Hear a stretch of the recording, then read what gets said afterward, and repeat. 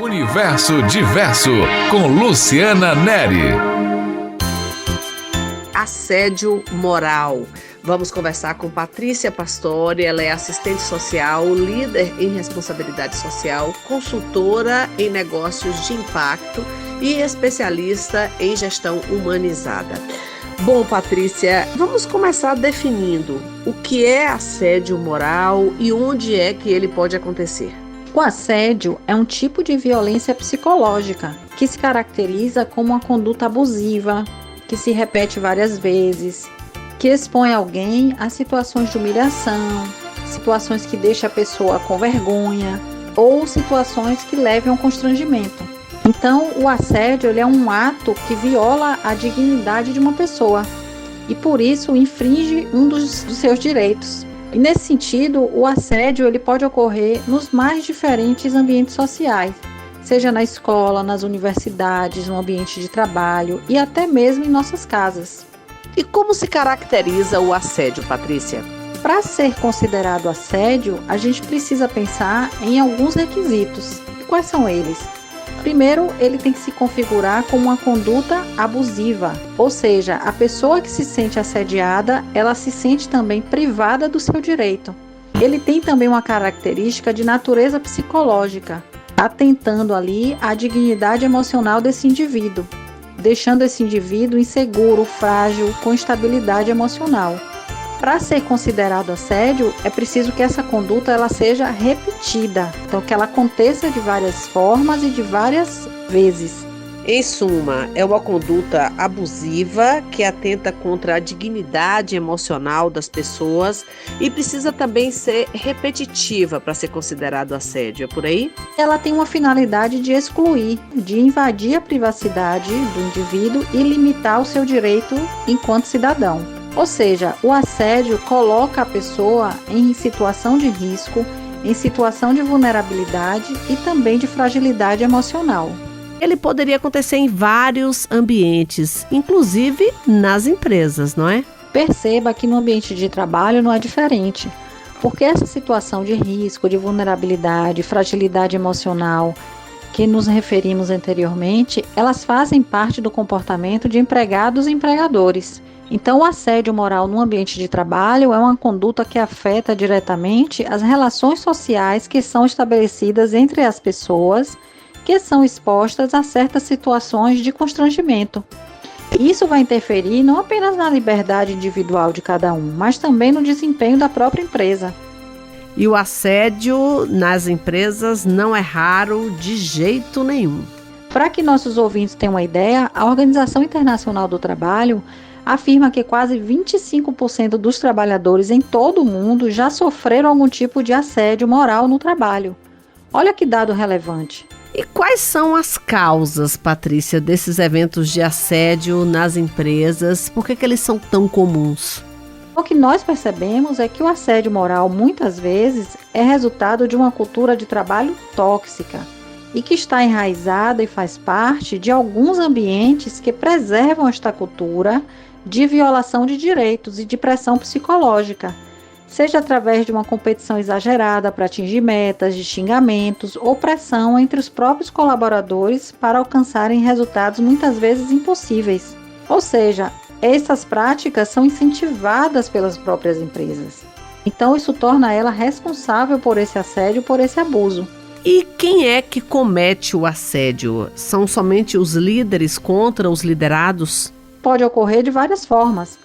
O assédio horizontal pode ocorrer entre colegas de trabalho que disputam o atingimento de uma meta de venda, por exemplo. O assédio descendente é quando o líder coloca o seu subordinado em uma situação vexatória e esta tem sido uma das mais comuns. E o assédio ascendente é quando um colaborador comete assédio contra o seu superior. Então perceba, existem várias formas de assédio e conhecer esses tipos pode ajudar a inibir estas condutas no meio empresarial. Mas você pode dar alguns exemplos práticos? Os tipos de assédio, como vimos, são variados e podem ocorrer também de diversas formas. Por exemplo, xingamentos, impor metas impossíveis no ambiente de trabalho, em que a gente perceba ali que o time, a equipe não vai conseguir cumprir aquela meta. e a gente lança aquilo como um desafio e a gente sabe que não vai ser possível de ser alcançado. Usar apelidos vexatórios no ambiente de trabalho que causem humilhação, que causem constrangimento, gritar, agredir fisicamente a pessoa ou psicologicamente, como por exemplo, se você chegar atrasado amanhã você vai ser demitido, ou então peça sua demissão, ou então você não vai ser nunca modificado, o seu salário vai ser sempre esse, você sempre vai exercer essa função. Sempre ligado a grosserias e incivilidades, não é, Patrícia?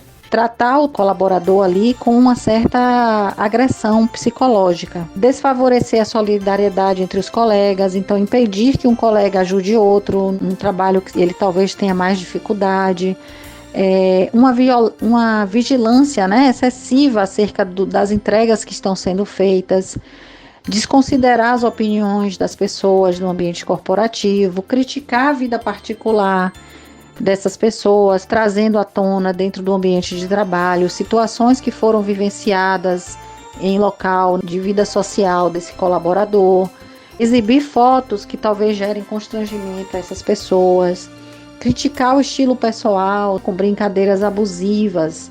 Bem, isso já aconteceu comigo e provavelmente com a maioria das pessoas que trabalham, que estão nos ouvindo uma vez ou outra.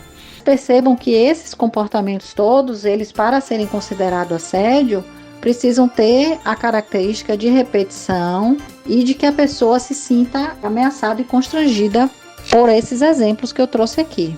Mas quais são as consequências do assédio nas empresas? Bem, a partir destas práticas e destes exemplos, tanto as organizações quanto as pessoas podem apresentar problemas e consequências graves diante dessas situações abusivas. E é preciso compreender as implicações do assédio nessas três esferas, a individual, a organizacional e a social.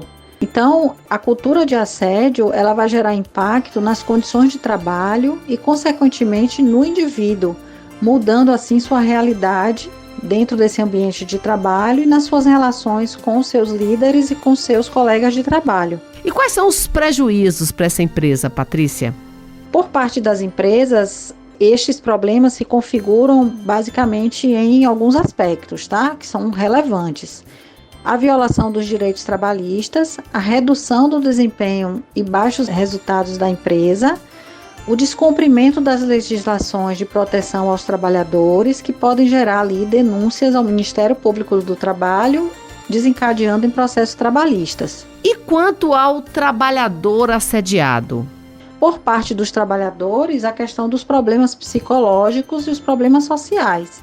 Sob o ponto de vista psicológico, a gente percebe ali a questão do constrangimento que isso gera na sua personalidade, a questão da sua autoestima, da sua identidade, podendo gerar comportamentos de explosão, de raiva, de violência, queixas, desconforto e até afastamento por doenças mentais.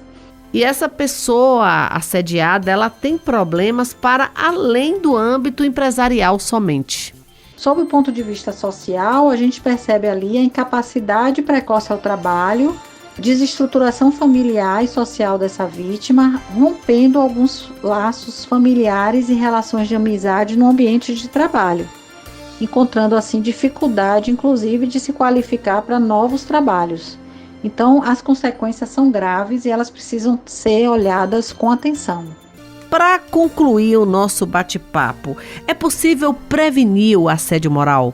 Eu acredito que o fim dessa situação depende do tipo de vigilância que nós vamos estabelecer no que se refere às condições de trabalho, à comunicação, à troca de informação, à educação, através de uma mobilização de diversas pessoas ali envolvidas, né? Tanto trabalhadores quanto gerentes, líderes, o papel também de outros profissionais envolvidos, como sociólogos, assistentes sociais, os psicólogos, dentro das organizações, tornando aquele ambiente mais seguro para cada um que está ali dentro desenvolvendo suas atividades.